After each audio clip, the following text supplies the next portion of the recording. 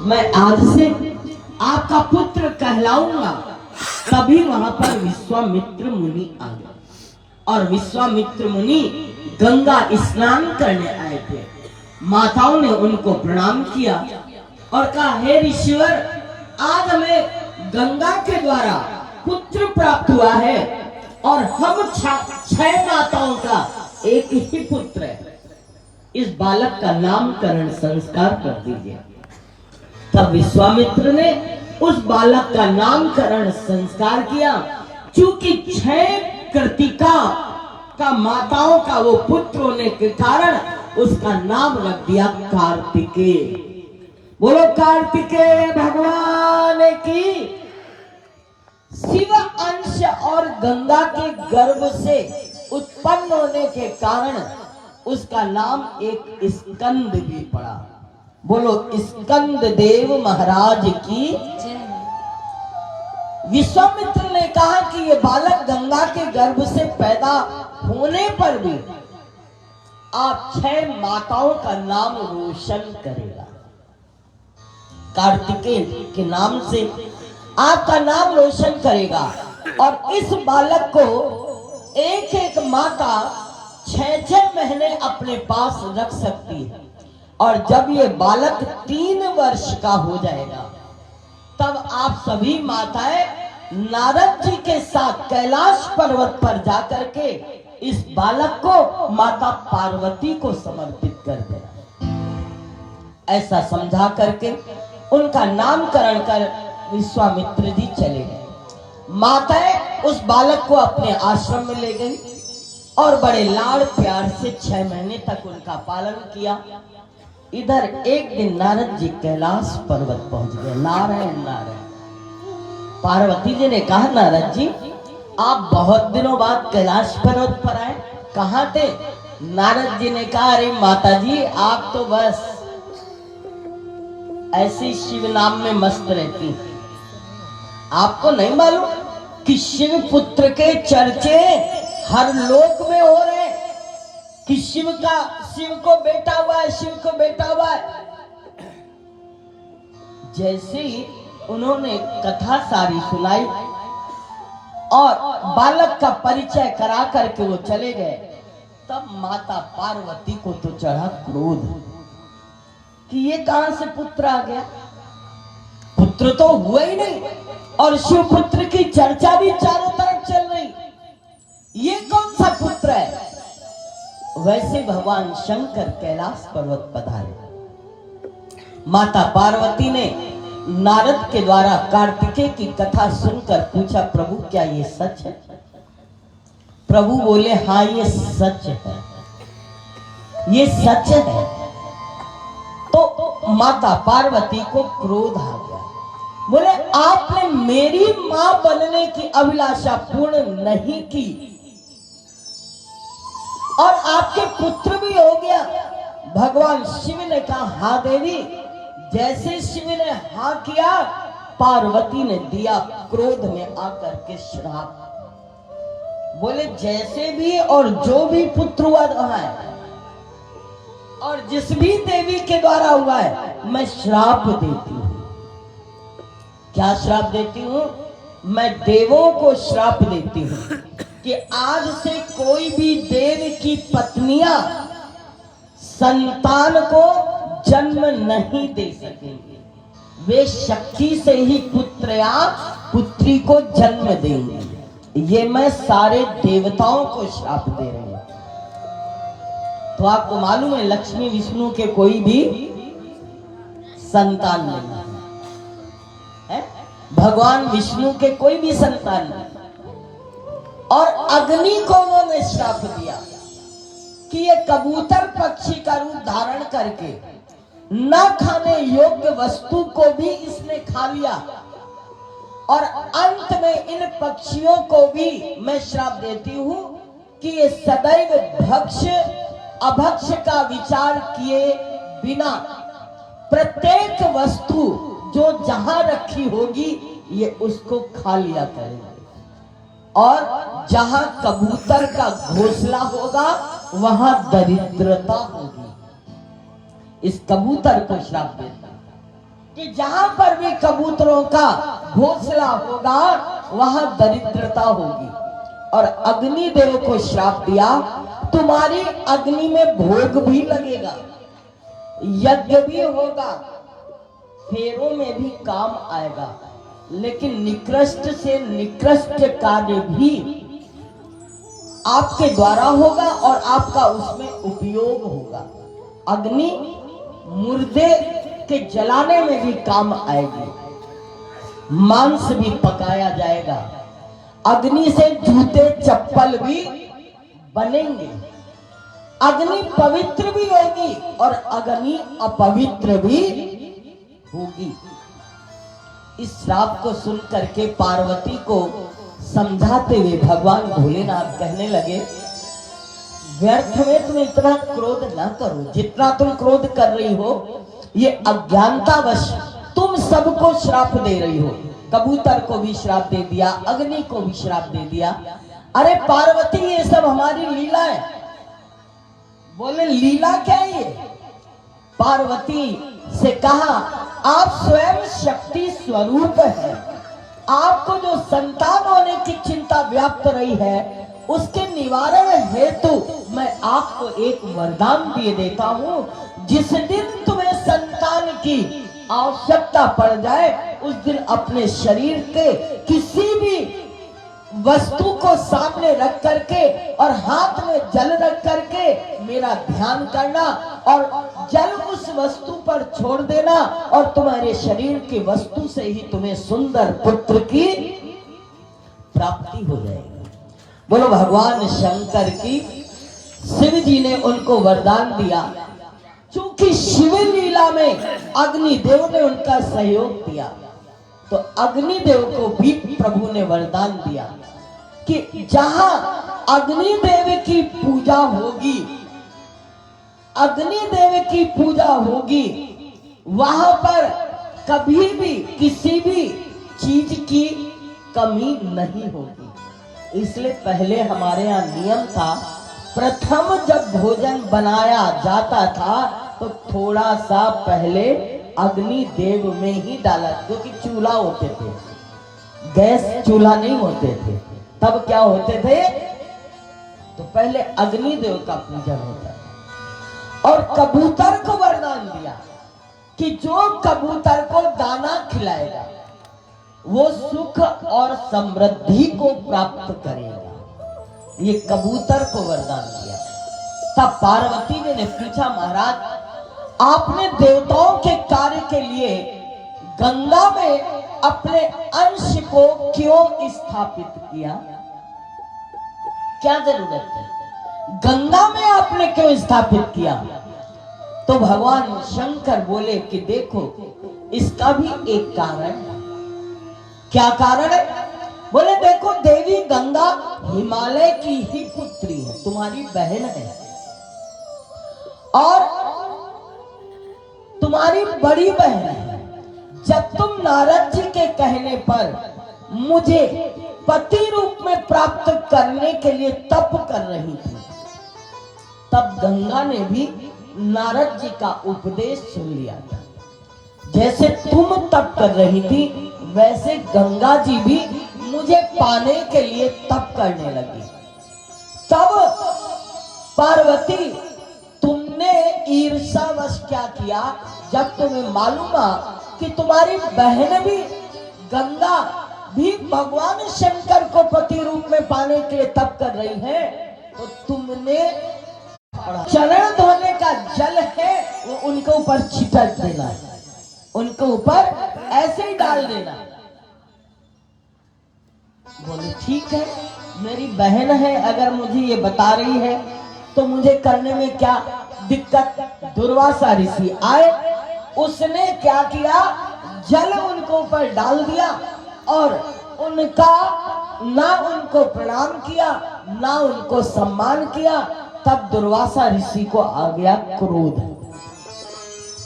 और क्रोध में बोले, अरे हिमालय पुत्री, तुम्हें अपनी सुंदरता पर बहुत गर्व है और तुम्हें अभिमान आ गया है। तुमने उठ करके ऋषि को प्रणाम नहीं किया, उनके चरणों को नहीं धोया, उनके उनकी पूजा नहीं की, ऊपर से तुमने उनके ऊपर जल डाल दिया। मैं तुम्हें श्राप देता हूं। क्या?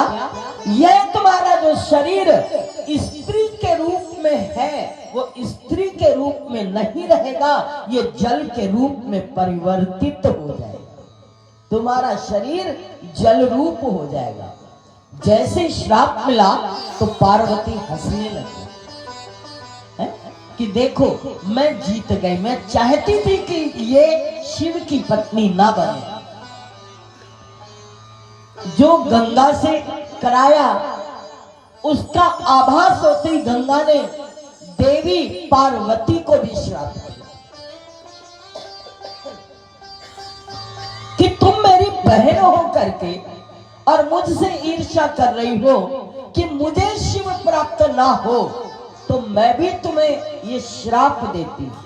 तुम्हारे पति तो वो जरूर बनेंगे, लेकिन तुम्हें संतान सुख प्राप्त नहीं होगा। सूत जी महाराज कहते, ऋषियों शिवजी और पार्वती को, शिवजी पार्वती को आज इस बात को याद दिलाते हैं। गंगा ऋषि के चरणों में, दुर्वासा ऋषि के चरणों में गिर गई और बोली मेरा अपराध नहीं है, मुझे मेरी बहन ने जैसा कहा मैंने वैसा ही किया।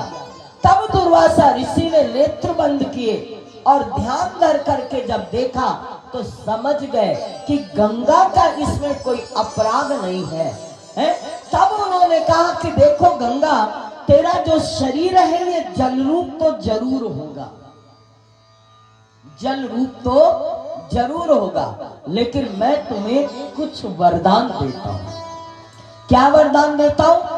कि ब्रह्मा जी तुम्हें अपने कमंडल में धारण करेंगे और तुम्हारे जल से प्रतिदिन भगवान विष्णु का चरणामृत बनेगा और जल के रूप में तुम भगवान शंकर की मानस पत्नी बनोगी, जल के रूप में। और भागीरथी के लिए प्रभु की जटाओं में गंगा जी आती हैं और प्रभु ने गंगा को जटा में धारण करके अपनी मानसी पत्नी का पद दिया। और भोलेनाथ ने कहा मेरे नाम के साथ गंगा का नाम जुड़ेगा। गंगा जी पार्वती से बोली आज तुम्हारी वजह से मुझे श्राप मिला, अब मैं भी तुम्हें श्राप दूंगी। गंगा जी श्राप देने वाली ही थी कि भगवान भोलेनाथ ने उनको रोक दिया। बोले ये मेरी अर्धांगिनी बनेंगी, आप चिंता न करो, भले मेरा विवाह इसके साथ होगा, भले मेरा विवाह इनके साथ होगा, लेकिन हमेशा तुम मेरे मस्तक पर विराजमान रहोगी। तुमने जो तप किया है उसका फल कहीं नहीं जाएगा और मेरे नाम के साथ ही तुम्हारा नाम जोड़ेगा। जो तुम्हारा नाम नहीं लेगा मैं उसके स्नान को स्वीकार नहीं करूंगा। तो जब भी कोई गंगा में स्नान करेगा तो कहेगा हर हर गंगे, हर हर गंगे। हर का मतलब शिव और हर का मतलब कष्टों को दूर करने वाले।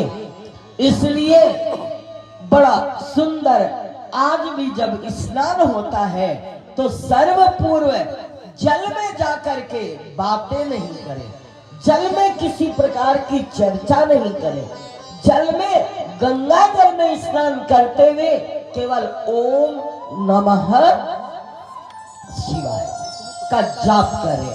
है ये भगवान भोलेनाथ को भी प्रसन्नता होती है और गंगा मैया को भी प्रसन्नता होती है। इसलिए कहा है कि गंगा तोरी लहर सबई के मन भावे,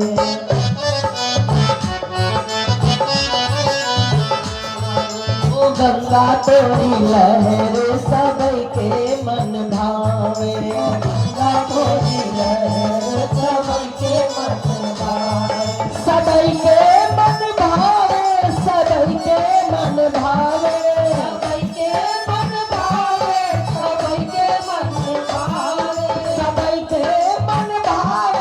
सबई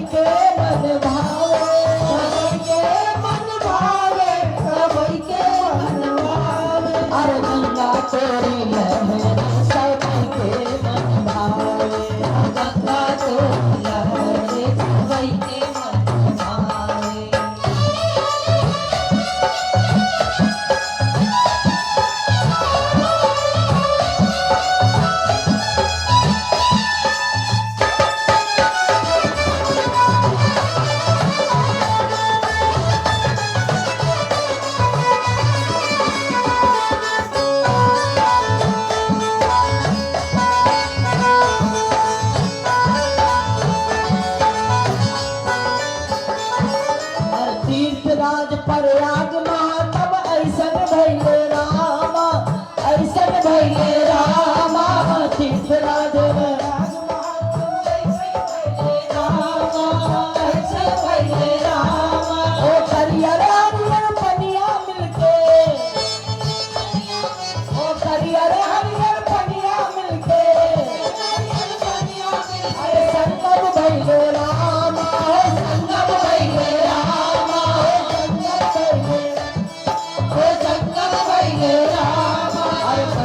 अमृत धार सबके मन भावे, सबके मन भावे, सबके मन भावे, सबके मन भावे, सबके मन भावे, सबके मन भावे, ओ गंगा तोरी सबके मन भावे, ओ गंगा तोरी लहर सबके मन भावे।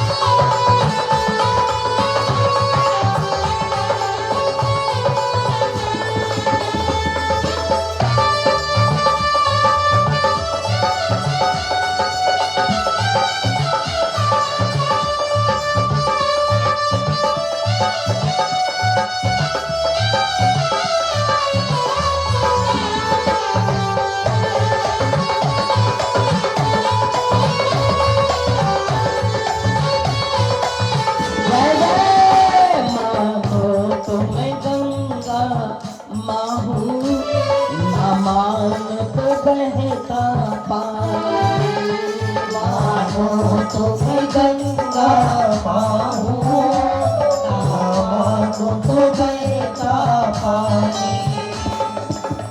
युगो युगो से इस धरती पर, युगो युगो से इस धरती पर,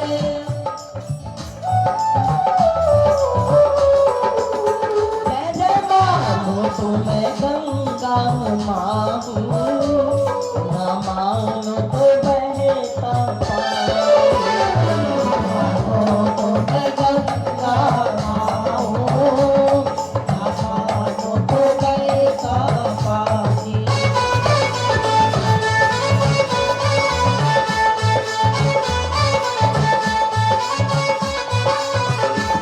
अरे स्वर्ग नरक सब यही धरती पर, के पहरवाराम, काल के पहरवाराम, स्वर्ग नरक सब यही धरती पर। अरे पुण्य मिले स्नान करे से, स्नान करे से, पुण्य मिले स्नान करे से, पुण्य मिले स्नान करे से, रात पाप धरवाराम, पाप धरवाराम। अरे धन धन गंगे धार सबके मन भावे,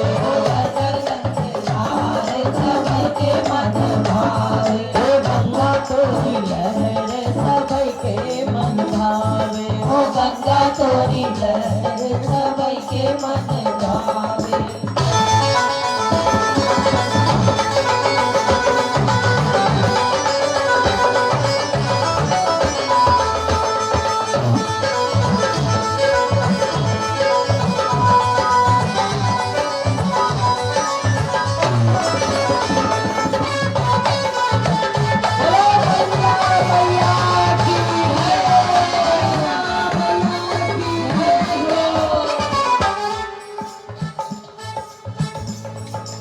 ब्रह्मा जी का मंडल धारे, शिव जी धरे कपड़वारा, शिव जी कर कपड़वारा, ब्रह्मा जी का मंडल धारे, शिव जी करे कपड़वारा, शिव जी करे।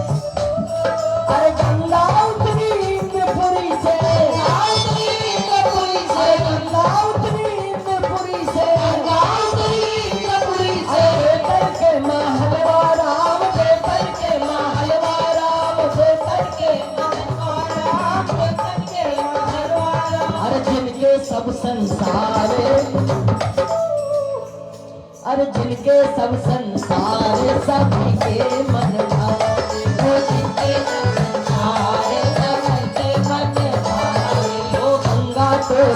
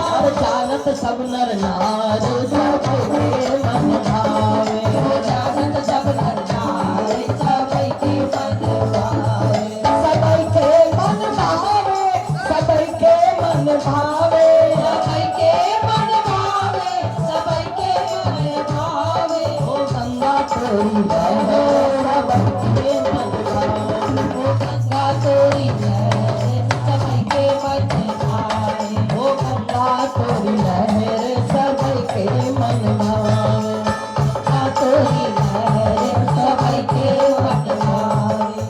गंगा तोरी लहर सबके मन भावे, ओ गंगा तोरी लहर सबके मन भावे, ओ गंगा तोरी लहर सबके मन भावे, ओ गंगा तोरी लहर सबके मन भावे, ओ गंगा तोरी लहर सबके मन